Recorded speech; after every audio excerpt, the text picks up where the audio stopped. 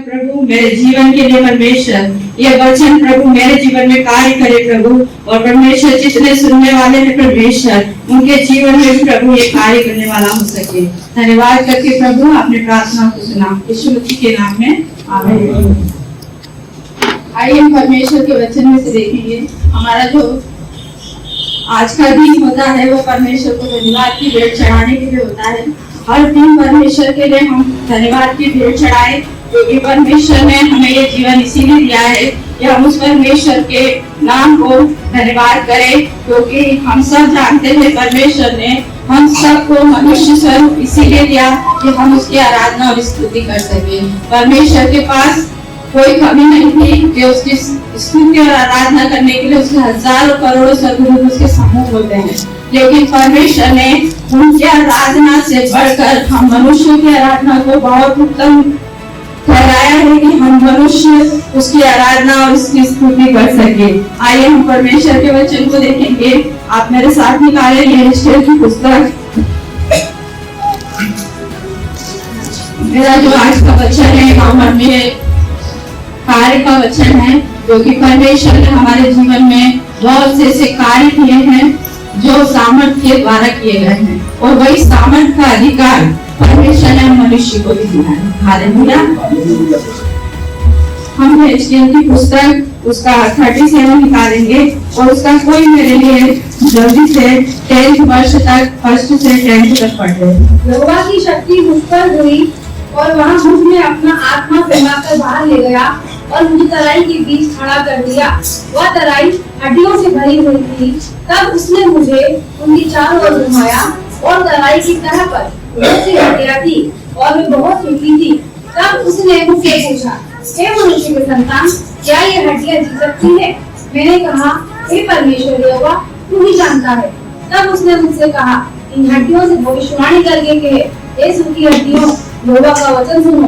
परमेश्वर यहोवा तुम हड्डियों से यूं कहता है, देखो मैं आप तुम में सांस समाऊंगा और तुम जी उठोगे। मैं तुम्हारी नसें उजाड़ रहूंगा, मैं तो छूऊंगा और तुम में सांस समाऊंगा और तुम जी जाओगी और तुम जान लोगी कि मैं यहोवा हूँ। इस आज्ञा के अनुसार भविष्यवाणी करने लगा, और मैं भविष्यवाणी कर ही रहा था कि एक आहट आई और भूगोल हुआ, और वे हड्डियां इकट्ठी होकर हड्डी से हड्डी जुड़ गई। मैं देखता रहा कि उसमें नसें उत्पन्न हुई और मांस चढ़ा, और वे ऊपर चमड़े से ढक गई, परंतु उनमें सांस कुछ न थी। तब उसने मुझसे कहा, हे मनुष्य के संतान, सांस से भविष्यवाणी कर, और सांस से भविष्यवाणी करके कह, हे सांस, परमेश्वर यहोवा यूं कहता है, चारों दिशाओं से आकर इन घात किए हुए में समा जा, ये जी उठे। उसकी इस आज्ञा के अनुसार मैंने भविष्यवाणी की, और सांस उनमें आ गई और वो जीकर अपने अपने पांव के बल खड़े हो गए, और एक बहुत बड़ी सेना हो गई। यहाँ तो परमेश्वर का वचन से बताता है कि उस तराई के अंदर पूरी हड्डियां थी, जो सेनाओं की हड्डियां थी, जो किसी युद्ध में नाश हो चुकी थी, जो मर चुकी थी, और जिनके अंदर न तो मांस था न कुछ उनके अंदर नसें थी, केवल वहाँ दिखा हुआ है कि वो हड्डियां थी, और वह हड्डियां कई वर्षों से वहाँ पड़ी हुई थी। लेकिन परमेश्वर का आत्मा अपने दास से बोलता है और उसे ले जाता है उन हड्डियों की तराई में, और वहाँ उससे बोलता है कि क्या ये हड्डियां जी सकती है? यदि आप और मैं वहाँ होते तो परमेश्वर पर जब हम विश्वास करते हैं, जब हमने उसके कार्य को हमारे जीवन में देखा है, किसी और के जीवन में नहीं परंतु हमारे जीवन में उस परमेश्वर ने उस कार्य को किया है, तो हम बोल सकते थे कि हाँ परमेश्वर, ये हड्डियां अगर आप होगे तो जी उठेगी। हालेलुया। परमेश्वर का दास कहता है कि प्रभु आप ही जाने की हड्डियां जी सकती है कि नहीं, लेकिन जब हम उत्पत्ति परमेश्वर के वचन में देखते हैं तो वहाँ पर परमेश्वर ने मिट्टी से हम मनुष्य को सृजा, ये सब हम लोग जानते हैं, लेकिन वहाँ पर हमारा कुछ अस्तित्व नहीं था। वहाँ पर हम केवल मिट्टी थे, हमारा कोई नामो निशान नहीं था कि हम मनुष्य स्वरूप में बनाए जाए। लेकिन परमेश्वर के आत्मा ने उस कार्य को हमारे लिए किया कि उस मिट्टी के द्वारा उस कार्य को किया और हम मनुष्य को बनाया। और परमेश्वर के वचन में लिखा है कि उसने आप ही अपने अंदर की सांस को हमारे अंदर फूक दिया और हम एक जीवित प्राणी बन गए। लेकिन यहाँ पर क्या है, यहाँ पर सिर्फ सूखी हड्डियां हैं और सूखी हड्डियों में परमेश्वर अपने दास को कहता है, मुझे वो अधिकार देता है कि तुम इन हड्डियों को कहो कि जीव हो। अब उन हड्डियों में न तो मांस है न नस है, लेकिन परमेश्वर ने वो सामर्थ्य जो उसके पास था, वो सामर्थ्य का अधिकार किसको दे दिया? अपने दामर्थ का अधिकार परमेश्वर ने आपको और मुझे दिया है, क्योंकि वो हमारा परमेश्वर सामर्थ्य है। उसका वचन कहता है कि मैंने तुम्हारे मुख में जीवन और मृत्यु की सामर्थ्य को दिया है। यदि तुम प्रार्थना के द्वारा किसी के लिए प्रार्थना करोगे तो वो व्यक्ति चंगा हो जाएगा। और हमने उस अद्भुत कार्य को हमारे कलेशा में हमारे जीवन में देखा है। उसी तरह प्रभु का दास यहाँ कहता है, अब वहां पर पूरे हड्डियों से भरी तराई थी। हालेलुया। उस तराई में न तो कोई मांस का कोई निशान था और वो कई वर्षों से किसी युद्ध में नाश हुई हड्डियां थी, जिनमें न तो प्राण था। और वो हड्डियां कितनी थी? वहां लिखा है सेना। न उन हड्डियों पे ऊपर से ऊपर हड्डियां पड़ी थी। किसी का हाथ कहीं था, किसी का पैर कहाँ था, किसी का सर अलग था। लेकिन परमेश्वर ने अपने दास को क्या कहा कि इनसे कह कि हड्डियों से हड्डियां आकर क्या हो जाए, मिल जाए। उन हड्डियों से भरी तराई में जहाँ पर हड्डियां कहीं पड़ी थी, किसी का हाथ कहाँ था, किसी का सर कहाँ था, लेकिन परमेश्वर के दास ने, जब उस परमेश्वर ने उसे वो अधिकार दिया तो हड्डियों से कहा, और हड्डियां कहाँ थी? अलग अलग स्थानों में थी। किसके नीचे कौन सा व्यक्ति था, कहाँ हड्डी पड़ी हुई थी। हो सकता है उन हड्डियों में से कई तो बिल्कुल छूट हो गई नहीं, इसका नाम और निशान ही नहीं होगा, वो अलग अलग हड्डियों में भाग हो गई होगी। लेकिन फिर भी उस परमेश्वर ने, जो सामर्थ्य खुदा है, उस सामर्थ्य खुदा ने वो अधिकार अपने दास को दिया। और उस दास ने उनसे क्या कहा कि हड्डियों आपस में जुड़ जाओ। और परमेश्वर ने कहा इनसे कि तुम्हें मांस चढ़ जाए, तुम्हें नस उठ जाए। और चारों दिशाएं भी उसकी क्या मानती थी? आज्ञा मानती थी। जब हम परमेश्वर के वचन में देखते हैं, जब पतरस नाव में जाता है, उसके साथ और भी चेले थे, जब वो नाव में जाते हैं वहाँ तूफान आता है तो परमेश्वर उस तूफान को डांटता है और वो तूफान वहाँ थम जाता है। यानी कि हर एक चीज उस परमेश्वर की आज्ञा को मानता है। तो आप और मैं क्या हैं जो उस परमेश्वर की आज्ञा को नहीं माने? उस परमेश्वर ने आपको और मुझे इसीलिए सजा है कि हम उस परमेश्वर की आराधना करें। हर पल हर घड़ी हम उस परमेश्वर को धन्यवाद करें। उसने कहा कि इन चारों दिशाओं से कि हवा, वो जीवन की सांस आकर इनमें क्या हो जाए, समा जाए। लेकिन उत्पत्ति में लिखा है कि उसने अपनी सांस को हमारे अंदर उंडेला था। और यहाँ पर वो अधिकार किसको दे दिया?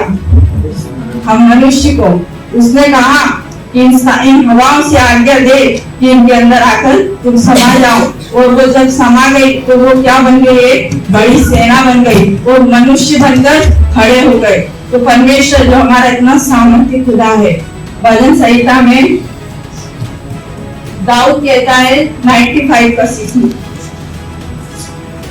आओ हम उसका दंडवत करें और अपने कर्ता यहोवा के सामने विनती करें।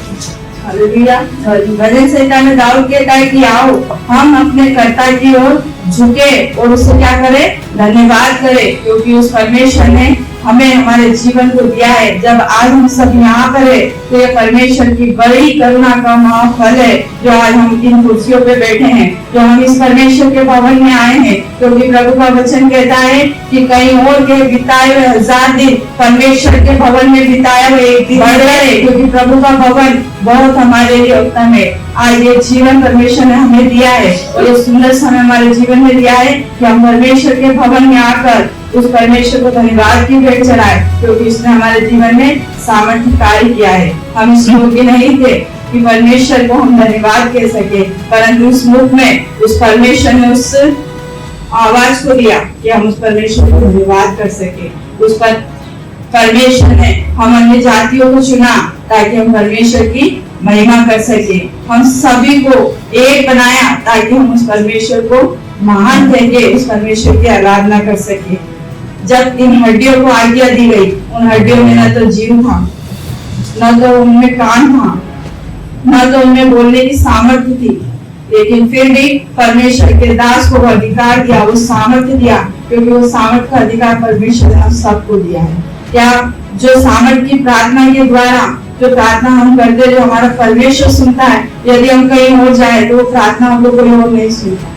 हम कई वर्षों तक, भले ही हम कई वर्षों तक उसके आगे अपने माथे को टेकते रहे, हम क्यों यहाँ पर आए? क्योंकि उस परमेश्वर ने एक ही बार में हमारी प्रार्थनाओं के उत्तर को दिया है, क्योंकि वो जीवित खुदा है। और उस जीवित खुदा की जब हम प्रार्थना और आराधना करते हैं तो वो अपने सामर्थ्य के कार्य को प्रकट करता है, और वो सामर्थ्य के कार्य उसने मेरे जीवन में भी किया है। मैं उस बात को कभी नहीं भूलती कि आज जब मैं जो जीवन में जी रही हूँ ना, वो मेरे परमेश्वर का अनुग्रह है। यदि वो मेरे जीवन में नहीं आता तो शायद आज मैं इस पृथ्वी पर नहीं होती, शायद मेरी हड्डियों के समान आज हड्डी बन गई हो, लेकिन उस परमेश्वर ने मुझे जीवन दिया, इसलिए मैं परमेश्वर की आराधना करती हूँ। हम सबको उस परमेश्वर ने इसीलिए समझा है कि आराधना करें। वो सामर्थ्य का अधिकार, प्रभु का वचन कहता है, मैंने ही तुम्हारे रूप में उस जीवन को ले लिया है कि तुम जिसे कहोगे वो जीवन में बदल जाएगा।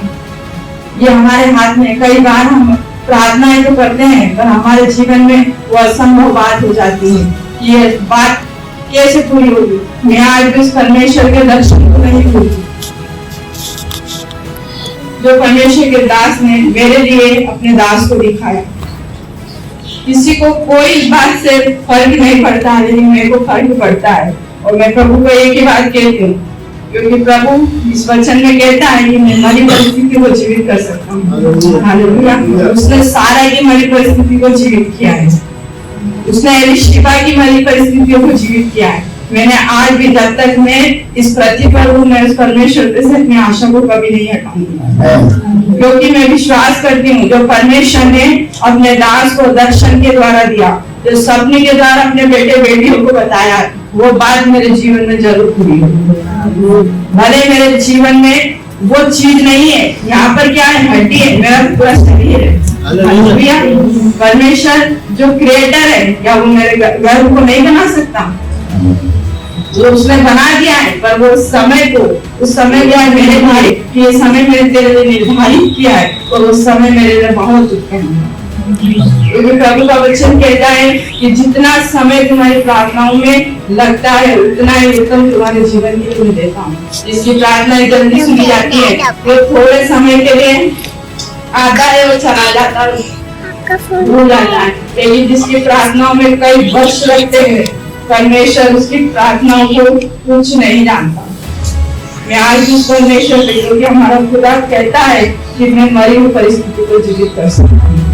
हालेलुया। प्रभु कि आज के वचन के द्वारा मैं आज यही बात आपको कहना चाहूंगी, जितनी यहाँ बेटियां बैठी हैं, जिन्होंने उस परमेश्वर की ओर अपनी आंखों को लगाया है, उनकी आशा कभी लज्जित नहीं होगी। वो परमेश्वर अपने कार्य को अपने समय के अनुसार कहता है।